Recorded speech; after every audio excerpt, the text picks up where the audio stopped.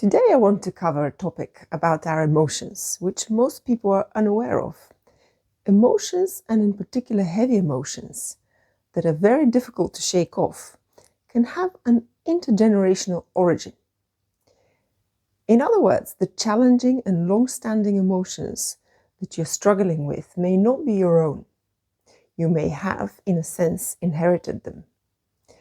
Two things to emphasize at the start. First, the fact that you're carrying intergenerationally transmitted emotions is likely to be unconscious for you. So from the first person perspective, these emotions definitely would feel like they're your own. You would have been struggling with guilt or shame, depression or anxiety. And although these emotions probably don't make sense to you if you look at your personal history, there is not much that has happened in your life or childhood that would logically give rise to these emotions you're struggling with, or indeed their magnitude.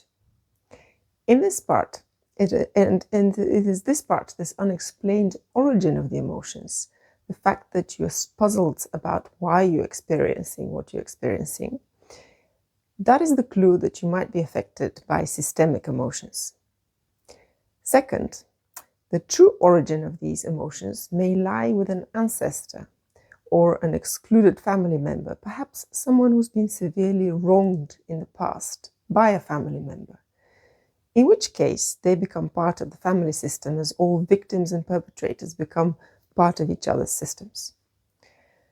And perhaps the most frustrating part, the ancestor or the family member whose emotions they are and to whom you are unconsciously connected does not even have to be known by you. They may have died before you were born, or their very existence may not have been acknowledged. So if you recognize these sorts of unexplained and inexplicable emotions, or even behavior in yourself, a loved one, or even your child, there are meditations on my channel on entanglement, which can help you unravel the puzzle and discover where the emotions originated. But now let's dive deeper into what these systemic emotions are and how they're intergenerationally transmitted outside of our awareness. Systemic emotions are long-lasting. They do not resolve with being expressed and are old in the same way that secondary emotions are. However, secondary emotions arise from our own childhood and are triggered in the present.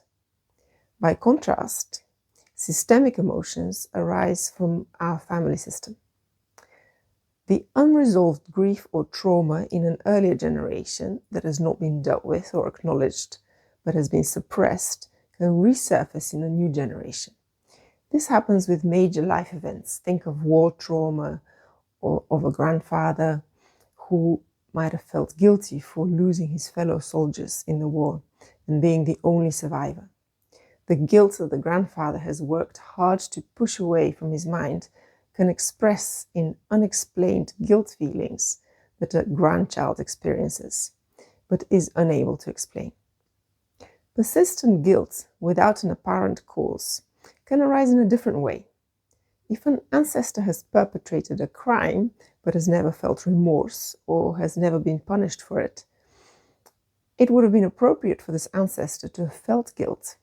But as they did not, it is a child or a grandchild that may experience this free-floating guilt, in a way unconsciously carrying the grandfather's unacknowledged and unfelt sense of responsibility.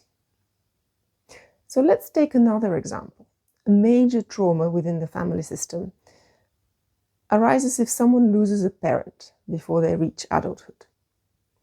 And let's say that was your mother, who lost her mother before the age of 10. She was not supported in her grieving process, and in fact, her father found it difficult to cope with all the children, so the solution was for your mother to be sent to a boarding school at the age of 10, where she had grown up in a harsh environment without adult emotional support. The frozen, unprocessed grief of your mother has been pushed out of consciousness, and the loss of her mother has not been acknowledged. The grandmother has not been mourned. You, as the child, or even one of your own children, can end up living out this grieving process, even though the events that gave rise to it happened a long time ago, before you were even born. During family constellations, this kind of dynamic is often experienced.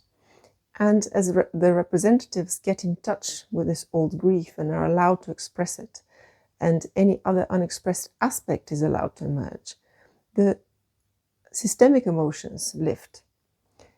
The events that led to them have been acknowledged. The deceased have been honored. And this frees you or your child of being stuck in grief that feels overpowering and yet is puzzling without its deeper intergenerational origin being known.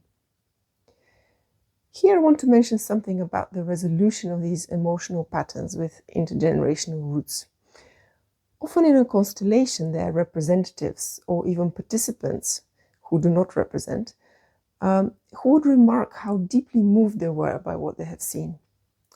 Some have cried simply by observing the constellation.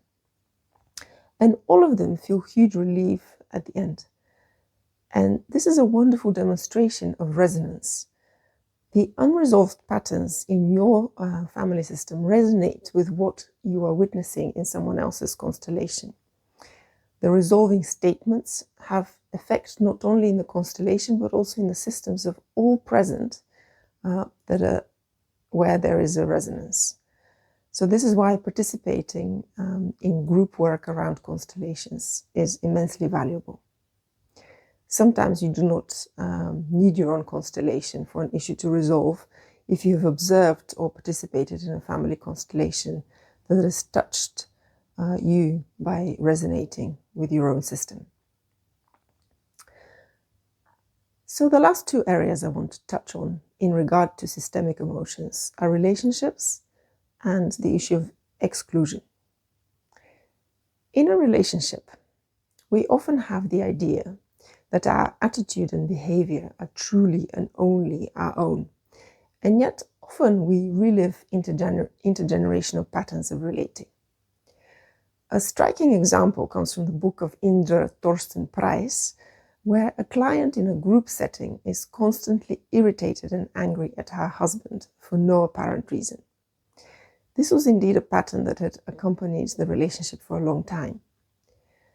And the constellation revealed that this lady was connected to her grandmother, who, in fact, did have a reason to be angry with her husband, who repeatedly cheated on her and took every opportunity to denigrate his wife, the grandmother, in front of customers in the establishment that they owned. This grandmother had suppressed her rightful anger and had been very meek, doing her duties at work and looking after everyone. The suppressed anger was now resurfacing in the life of the granddaughter without her knowledge, causing her to be constantly irritated and angry with her husband without any provocation. By acknowledging the grandmother's fate and taking stock of the real circumstances of the grandmother's life, the granddaughter was able to free herself of these unconscious systemic emotions that she had been carrying. Now to exclusion. Exclusion from the family system, when one has the right to belong, has a similar consequence that results in entanglement, which entails that the entangled person feels the systemic emotions coming from the excluded family member. The exclusion could be intentional. A family member who perhaps has committed a crime long ago might be excluded by being consciously omitted from the family history and never talked about. Or it could be that an illegitimate child has never been given its place within the family. The parent may think that it is better to keep the existence of this child a secret, even thinking that this would protect his other children from pain. But in fact, the opposite is the case. It is highly likely that one of the children will have an unconscious bond with the illegitimate child, experiencing all the pain and lack of acknowledgement that the illegitimate child would have every right to feel by being kept a secret.